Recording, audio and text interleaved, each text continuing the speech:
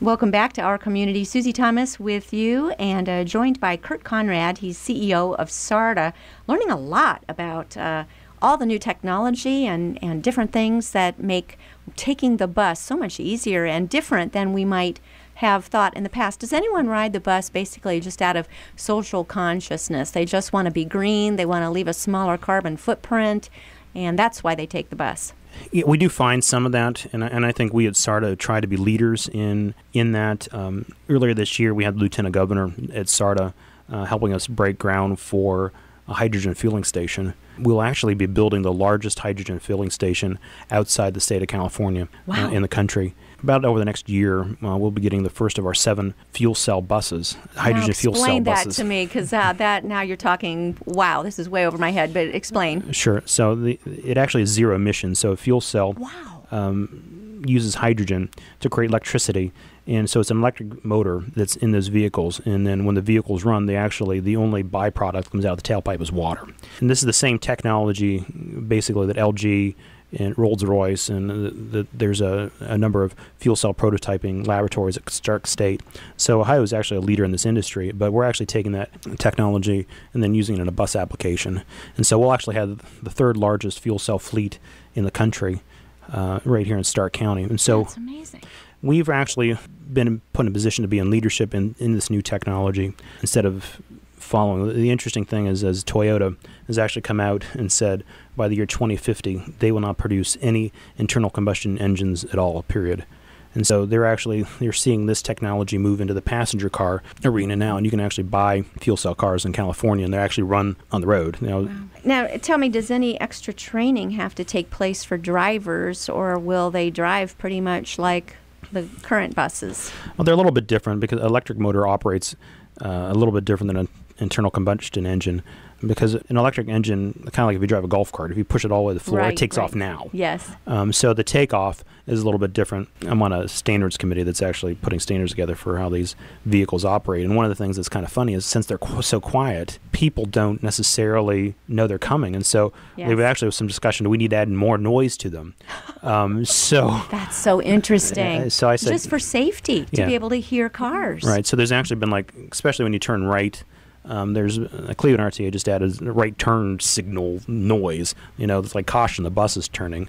And I was just kind of jokingly said, what we ought to do is not do that, but we should make a recording of like a Camaro or something, like it going so that it has the noise we're accustomed to. Right. Yeah. Tell me, Kurt, why Ohio? Why would we get to be the 3rd largest of these type of fleets? The interesting thing is from an industry perspective, Ohio's got the 3rd largest fuel cell industry in the state of Ohio, in the country. So it's kind of, there's a lot of know-how, so to speak, in that industry. Also, we've had a lot of collaboration with NASA Glenn, because all of the power that's on, like the space station and the space shuttle, is actually derived from fuel cell. You can't generate electricity, through combustion in space, because fire in space is not very good. Not at all. So it's either solar panels stored in batteries and through fuel cell. And so we've done a lot of collaboration with NASA Glenn on their expertise. So there's a lot of expertise in that technology here in Ohio. So we've just been able to cobble that together with a lot of support we've had. And man, we're the beneficiaries of it. Wow, that is amazing. So why don't more people ride the bus? I think the question isn't necessarily why don't more people ride the bus. The question is, what trip patterns do we choose to try to satisfy? And so everybody can't ride the bus for everything. That's part of it. So if you're in a city like Washington D.C. and you have the densities and that stuff that you can run fixed route, you can run fixed rail or something like that, then it's much easier. But whenever you've got a finite number of resources in a community like Stark County, what we start doing is look at the service requests that we're getting. We evaluate almost like an investor's perspective, what makes the most sense from a public policy perspective for SARTA to invest our money that the taxpayers are giving us to. What trip purpose makes the most sense for us to invest the money in. And so we look at, people that don't, employment first, people that don't necessarily have jobs, connecting those neighborhoods where we feel that most people are going to come to. And so it's literally, we look at, riders per hour and those kind of other things. And then we try from a policy perspective to try to have some type of network linking our entire community. So we don't try to satisfy everybody's trip request. or trip needs. I mean, I get trip requests every day that says, I need to go here, I need to do this, I need to do that. And some of them, which, well, that's nice, but or we're not going to invest the public's tax dollars into every need. And I mean, you hate to say this too. If you have your own vehicle and you're trying to make, you live in Alliance and you decide you want to work in Brewster, it doesn't really make sense for the taxpayers to subsidize the choice of somebody that has other mean to do it. So we look at it from a very conservative perspective on what we invest in to make sure that we're transporting those that have the most need first and foremost. And then we go down the line from there. Okay, that makes sense. People perceive safety issues or what that would also deter them from taking the bus? Yeah, there's some of the issues with safety, but we work pretty closely with the police departments. We actually have policemen on duty at almost all of our transit centers. We'll actually do random on-board ride-alongs with the police. We also have cameras on every one of our buses. We have cameras at every one of our transit centers. The other thing is, like, there's panic buttons on our buses so they can go directly to the trunk radio system where we're tied into all the safety forces.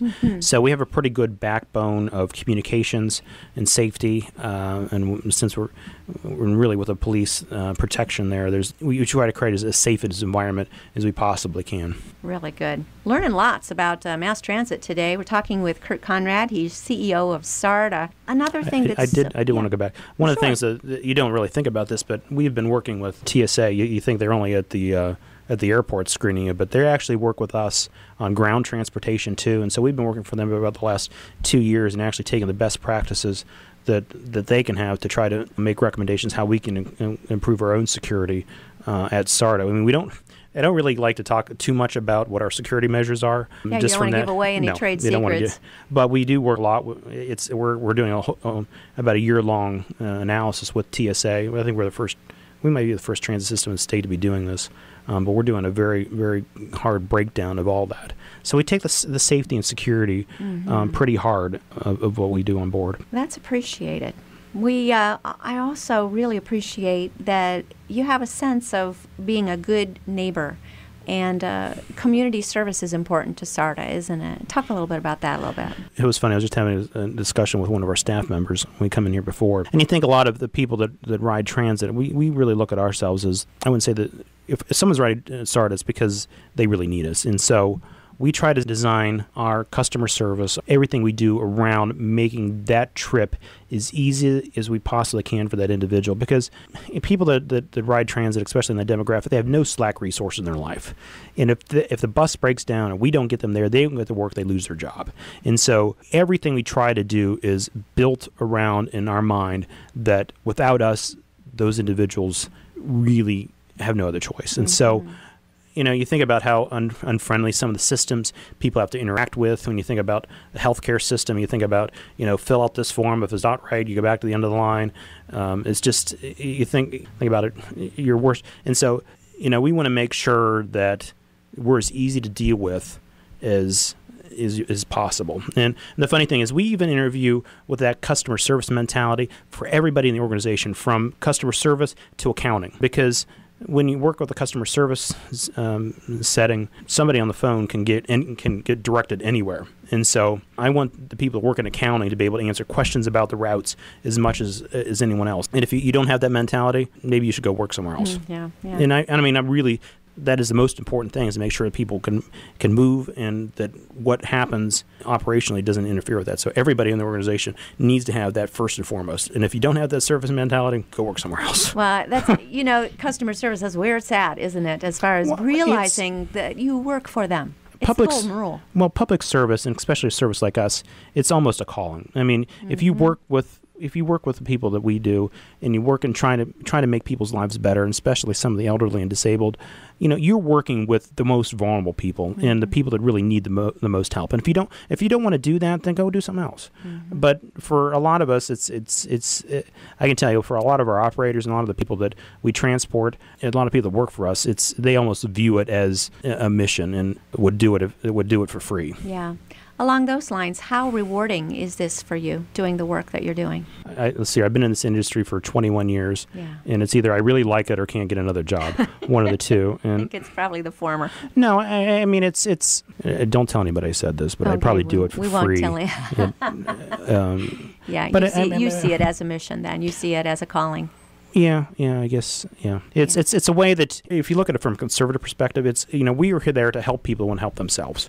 And so we need to make sure that whatever we do is able to help them the best we can. Talking with Kurt Conrad, CEO of SARTA. I can't believe how fast our time flew by. Give us a website to go to find out more. You can go to sartaonline.com. sartaonline.com is our website, or you can call us at 330-47-SARTA is our customer service number. One last question. How many times have you seen Speed?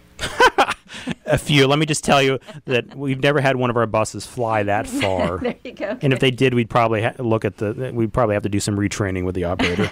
Kurt Conrad, thank you so much for joining us on Our Community.